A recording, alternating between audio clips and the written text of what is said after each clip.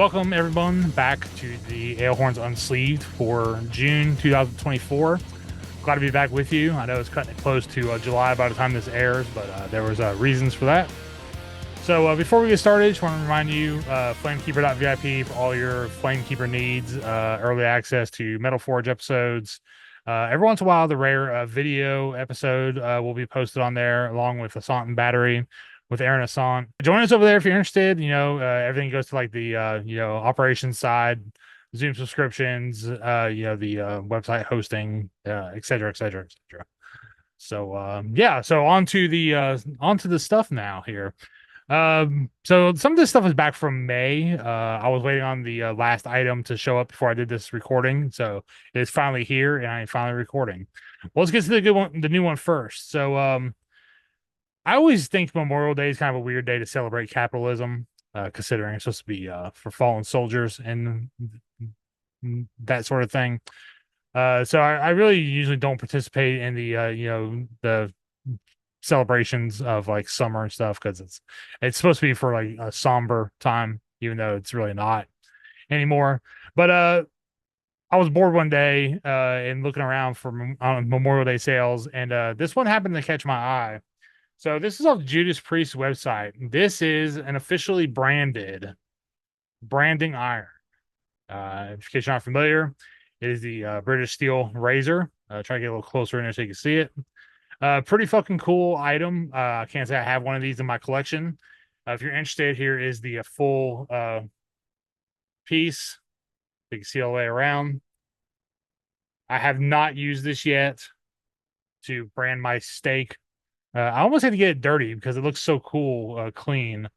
I'm not sure if it would ever. I'm not sure if it ever brighten back up if I used it. So maybe one day, but yeah.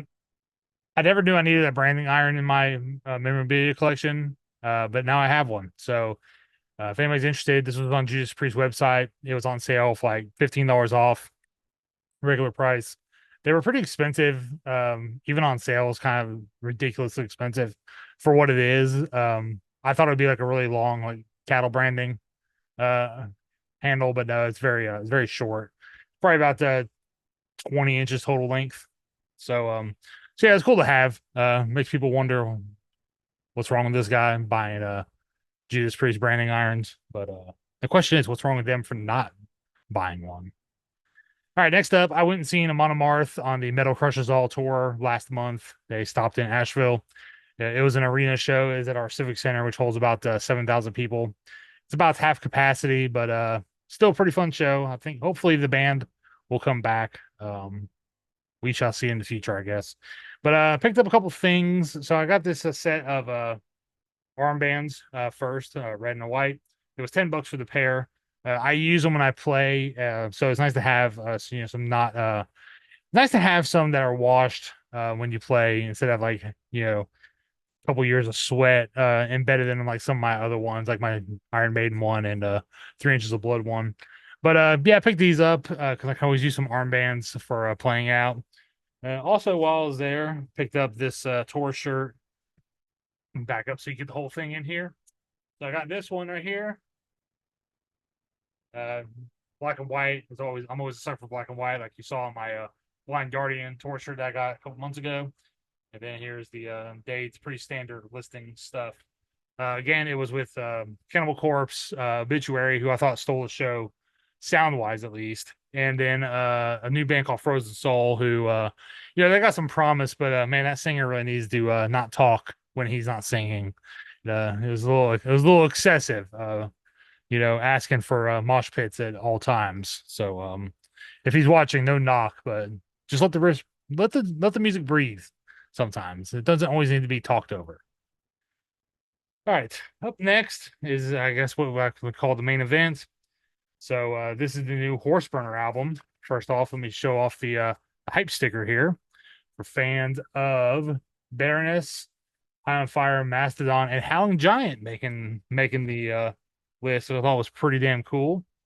They are also on Blues Funeral label, so that could have something to do with it. But nonetheless, I agreed because I'm a fan of Howling Giant and Horseburner. New album, Voice of Storms, excellent release. I am a certified fanboy for this band. I know them from way back when they jumped on a show in Knoxville, Tennessee, last minute. I was blown away, and it was with songs that they don't even play anymore. So, yeah, I got all the albums they have on vinyl. I have most of them in a you know colored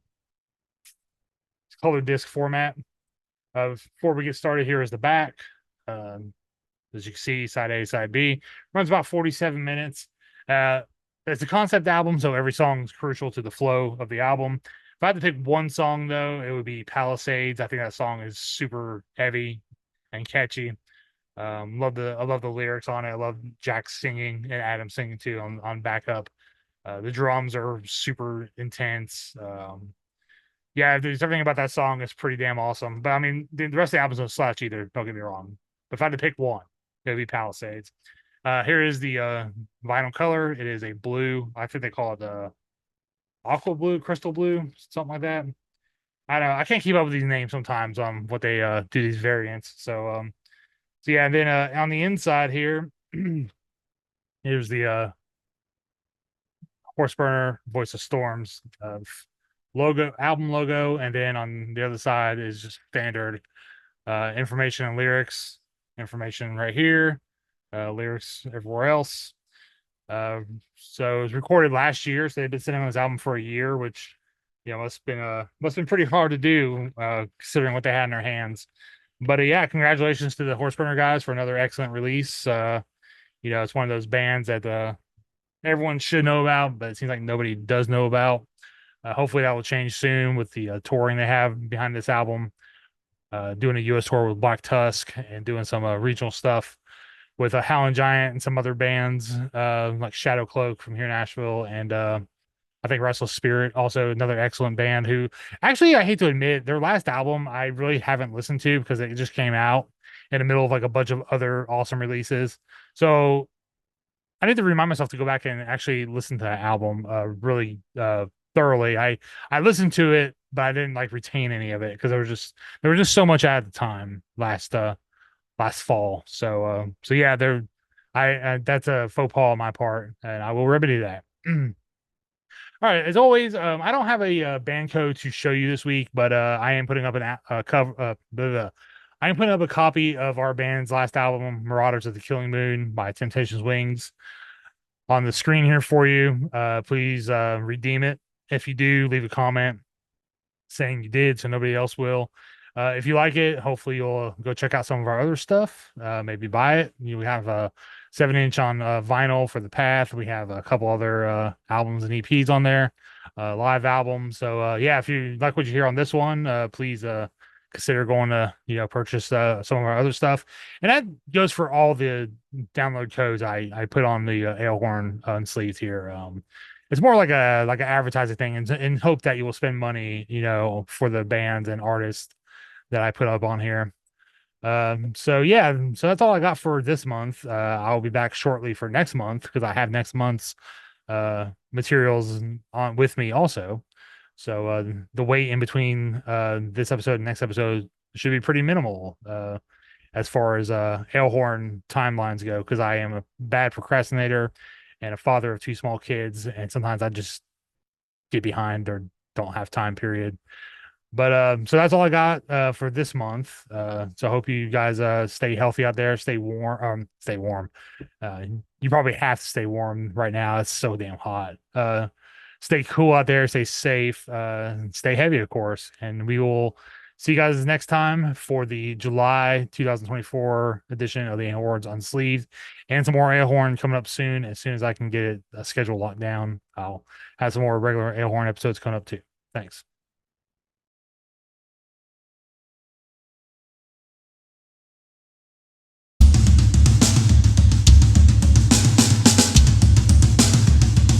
For 45 years and keeping Louisville weird, Electric Ladyland has been there for all your eccentricities.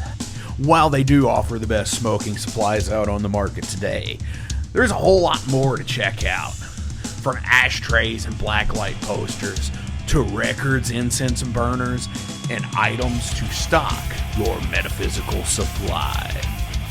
They are open from 10 to 10, 7 days a week, located at 2325 Bardstown Road in Louisville, Kentucky, and at electricladyland420.com. Roll out.